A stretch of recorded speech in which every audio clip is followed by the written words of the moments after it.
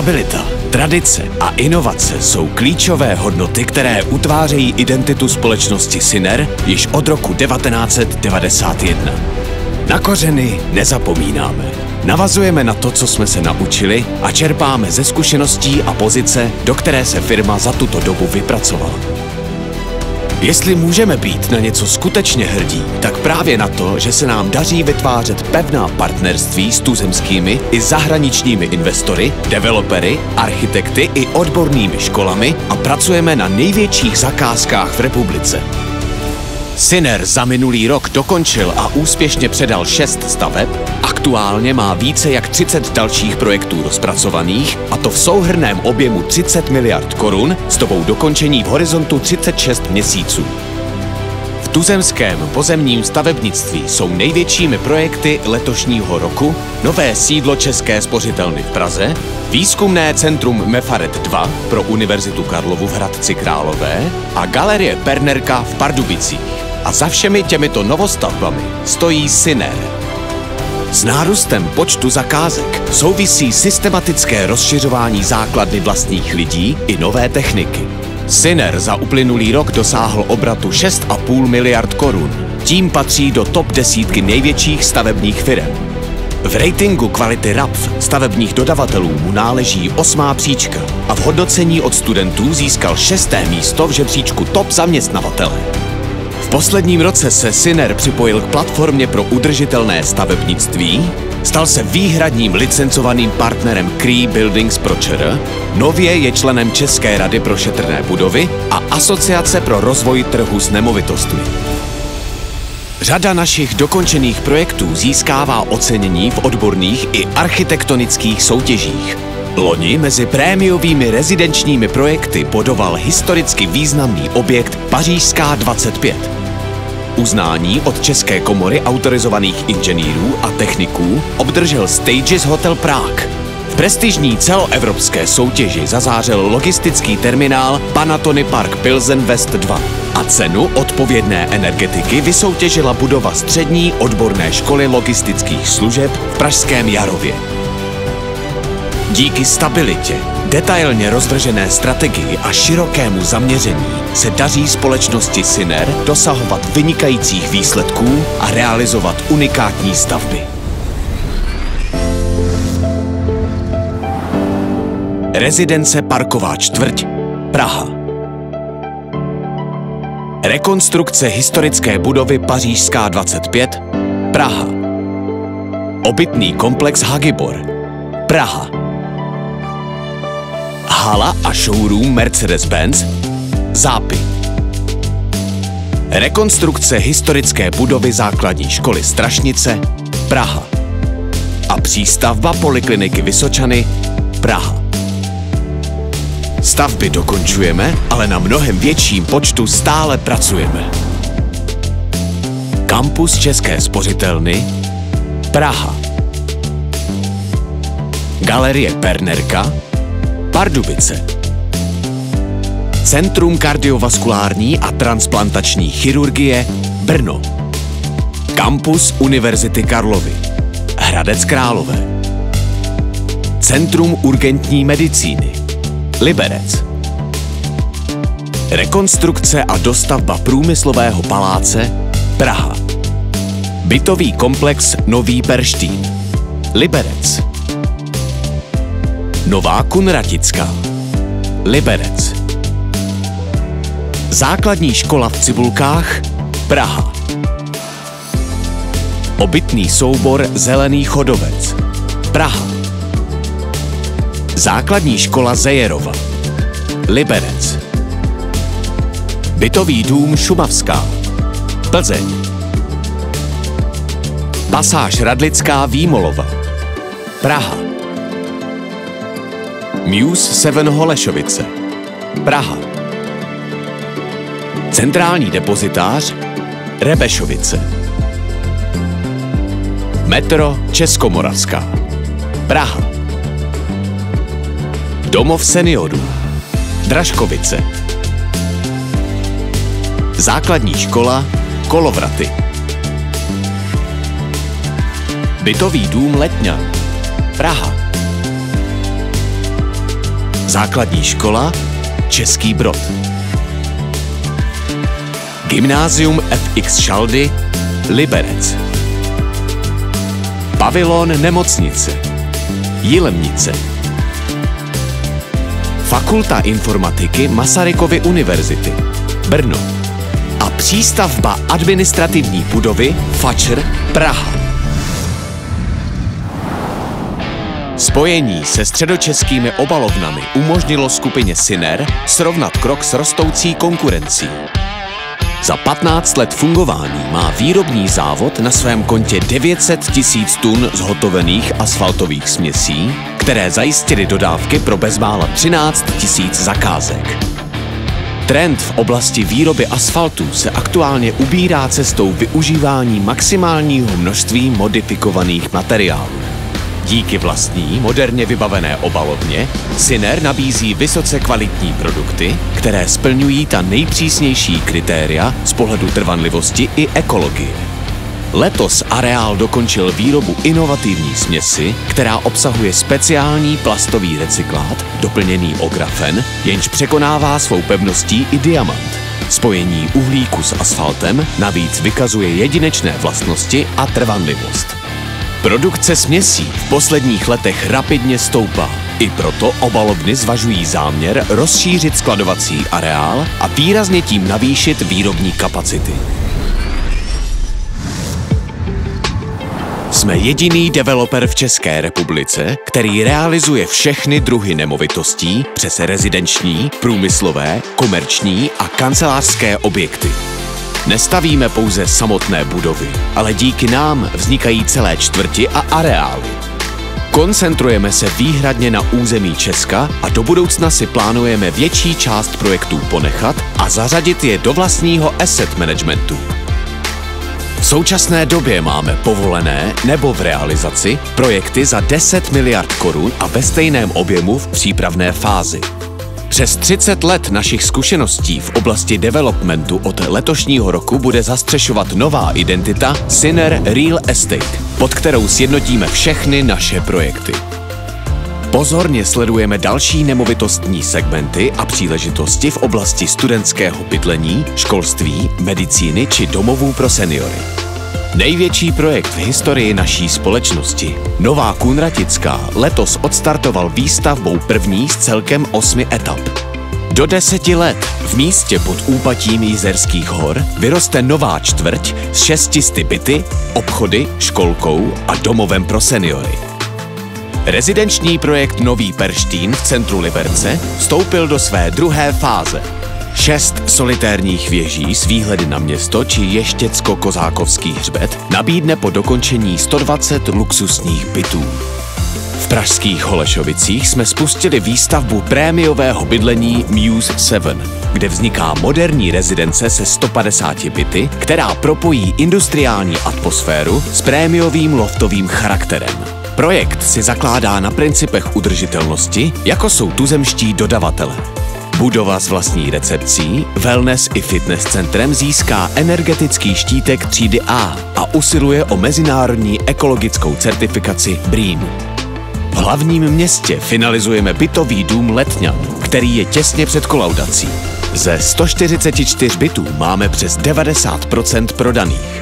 6 jednotek jsme si ponechali ve formě zvýhodněného nájemného v rámci trainee programu pro studenty a absolventy stavebních škol.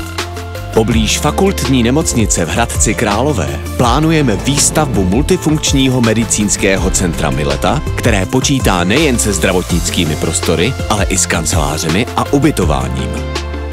Velmi komfortní a zároveň nízkonákladové bydlení vznikne v centru Plzně. Projekt Šumavská doslova vyplní mezeru ve stávající zástavbě historické části města, kam přinese nových 136 bytů. Prodejem posledních jednotek uzavíráme etapu nejlepší hradecké rezidenční výstavby posledních let – rezidence na Plachtě. V lukrativní lokalitě během 10 let našlo domov téměř 420 rodin. Skvělou dostupnost lyžařského areálu nabídnou prémiové horské apartmány v Rokytnici nad Jizerou. Nadále se aktivně věnujeme rozvoji libereckého regionu. V Mimoni připravujeme výstavbu průmyslové haly o rozloze 40 000 metrů čtverečních. A ve Stráži pod Ralskem pokračujeme v povolovacích procesech budoucí průmyslové zóny, která vyroste na ploše 50 hektarů. Nedílnou součástí Syner Group je také asset management, který se zaměřuje na správu nemovitostí a efektivní zhodnocování vlastního majetku. Ke každodennímu provozu přistupujeme s maximální odpovědností. Zajišťujeme bezproblémový chod více než 30 000 čtverečných metrů kancelářských i obchodních ploch. Atraktivitu spravovaných prostor dokládá dlouhodobá průměrná obsazenost přes 95%. Rok 2025 je pro Home Credit Arénu jubilejní. Slaví totiž 20 let od otevření. Hala pro 7 500 diváků je tepajícím srdcem multifunkčního sportparku Liberec, který zahrnuje více než 30 sportovišť. Je nepostradatelnou součástí Libereckého kraje a dominantou sportovního a kulturního dění. Jejími branami prošly miliony návštěvníků. Řada z nich využila k ubytování také přilehlý hotel Arena. V libereckém miléniu se mimo ve staveb nájemců největší úpravy vážou k výměně chladícího zdroje. Tento krok je součástí strategického plánu ke snižování energetické náročnosti domu, navíc výrazně přispěje ke zvýšení komfortu pro všechny uživatele. V těsné blízkosti výškové budovy S-Tower jsme dokončili výstavbu parkovacího domu a chystáme se na průběžnou rekonstrukci kancelářských pater. Pobočka v Praze v budově Telehouse projde v druhé polovině letošního roku úpravami, které zajistí nové kancelářské prostory. Obchodní centrum Géčko v Ostravě vykazuje stabilní meziroční nárůst návštěvnosti i tržeb. Udržitelnost je aktuálním trendem, proto jsme na objekt nainstalovali fotovoltaickou elektrárnu o výkonu 650 kWp, jenž v letních měsících 100% pokryje vlastní spotřebu a navíc umožní energii sdílet. Bílí tygři Liberec jsou nejen sportovním týmem, ale také symbolem a neodmyslitelnou součástí města. Klub platí za jednu z nejrespektovanějších organizací v českém hokeji a za jeho úspěchy i rozvojem stojí již 31 let společnost Syner. Do loňské sezóny Tygři vstoupili s nejmladším kádrem v soutěži. Přestože měli ambice potrápit favority, kvůli rozsáhlé marotce bojovali až do konce základní části o play-off. Účast si nakonec vybojovali, ale sezóna skončila už po 5. zápase před kolem. Po 25 letech představili Bílí tygři Liberec novou vizuální identitu. Nejvýraznější změnou prošlo ikonické logo, které dostalo modernější a dynamičtější podobu. Aktualizovaný vizuální styl dále zahrnuje alternativní loga, vlastní typografii a další grafické prvky. Transformaci podpořily i změny na ledě. Hlavním trenérem A týmu se stal Jiří Kudrna. Do klubu se vrátili zkušení hráči jako Radan Lenz či Adam Najman a do pozice sportovního ředitele byl jmenován dlouholetý lídr kabiny Michal Birner. Klub zaznamenal několik milníků. Tygří stopu zanechali na mistrovství světa do 20 let v Kanadě bronzový medailisté Tomáš Galvas a odchovanec Jakub Dvořák. Úspěchy slavila i akademie. Tým do 17 let se stal vícemistrem extraligy dorostu. Organizaci se dařilo i v oblasti marketingu. Atraktivní doprovodné programy přilákaly na základní část přes 140 000 fanoušků, což znamená nárůst průměrné návštěvnosti Home Credit Arény o více než 200 diváků na zápas. Ve spolupráci s nadací Syner Tygři finančně podpořili dětské domovy v Libereckém kraji a společně s nadací také přispěli nemalou částkou na modernizaci babyboxů. Opět tak ukázali, že pomoc potřebným je nedílnou součástí jejich aktivit. Klub vstupuje do nové éry, ale se stejným hladem. V judu platí, bez dobrého stisku neudržíš. A v partnerství je to stejné.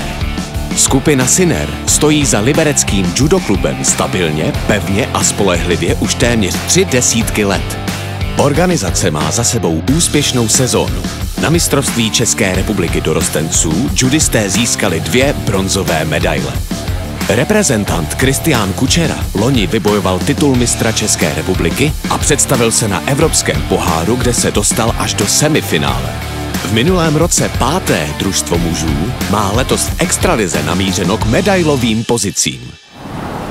Y Golf Resort Liberec je místem, kde se rodí úspěchy, zážitky i nová budoucnost českého golfu a láká na jedinečnou atmosféru, která oslovuje golfisty z celé Evropy.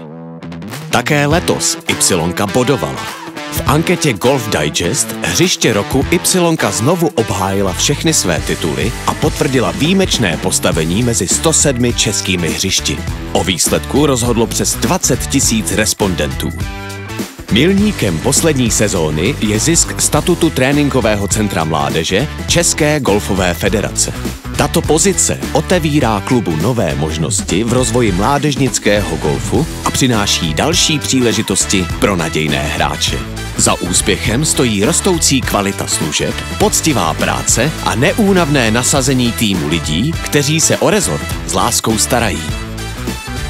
Sport Park Medical je nestátní zdravotnické zařízení, které si za 10 let provozu vybudovalo silnou pozici v poskytování péče v oblasti ortopedie, neurologie a fyzioterapie.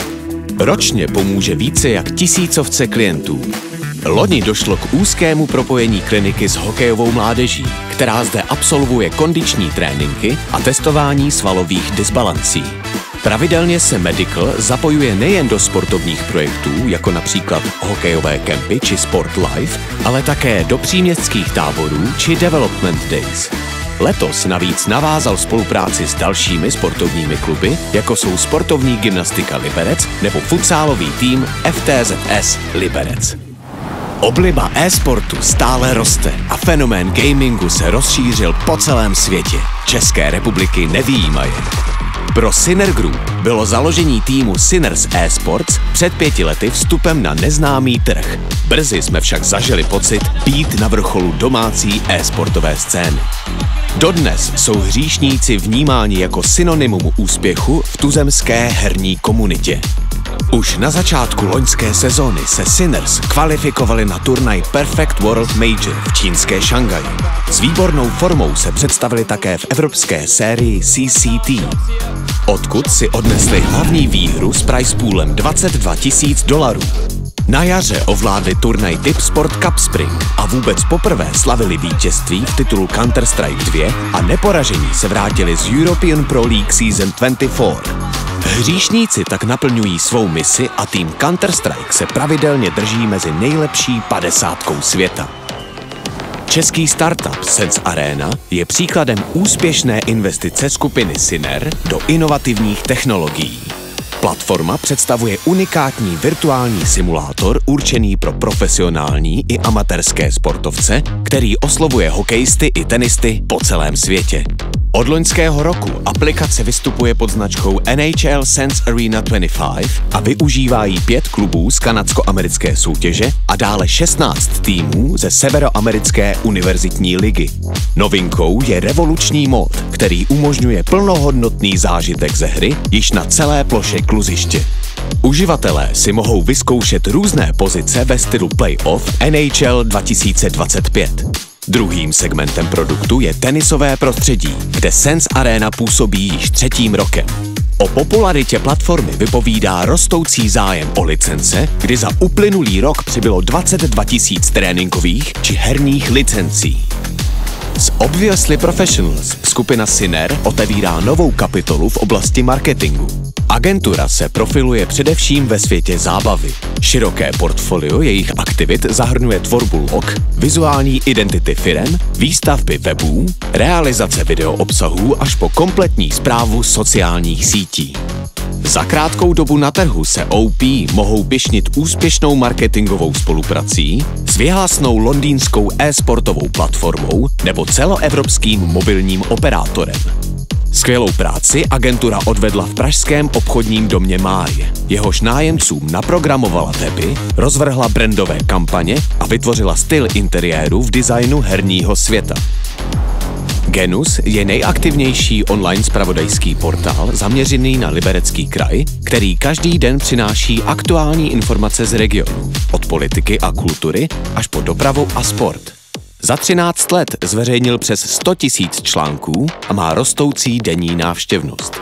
Díky oblibě na sociálních sítích se Genus stal nepostradatelným médiem pro každého, kdo chce mít přehled o kompletním dění v severních Čechách. Již čtvrtstoletí naše skupina pomáhá prostřednictvím firemní nadace Syner zdravotně znevýhodněným osobám, lidem v tísni i talentovaným dětem, jednotlivcům a skupinám.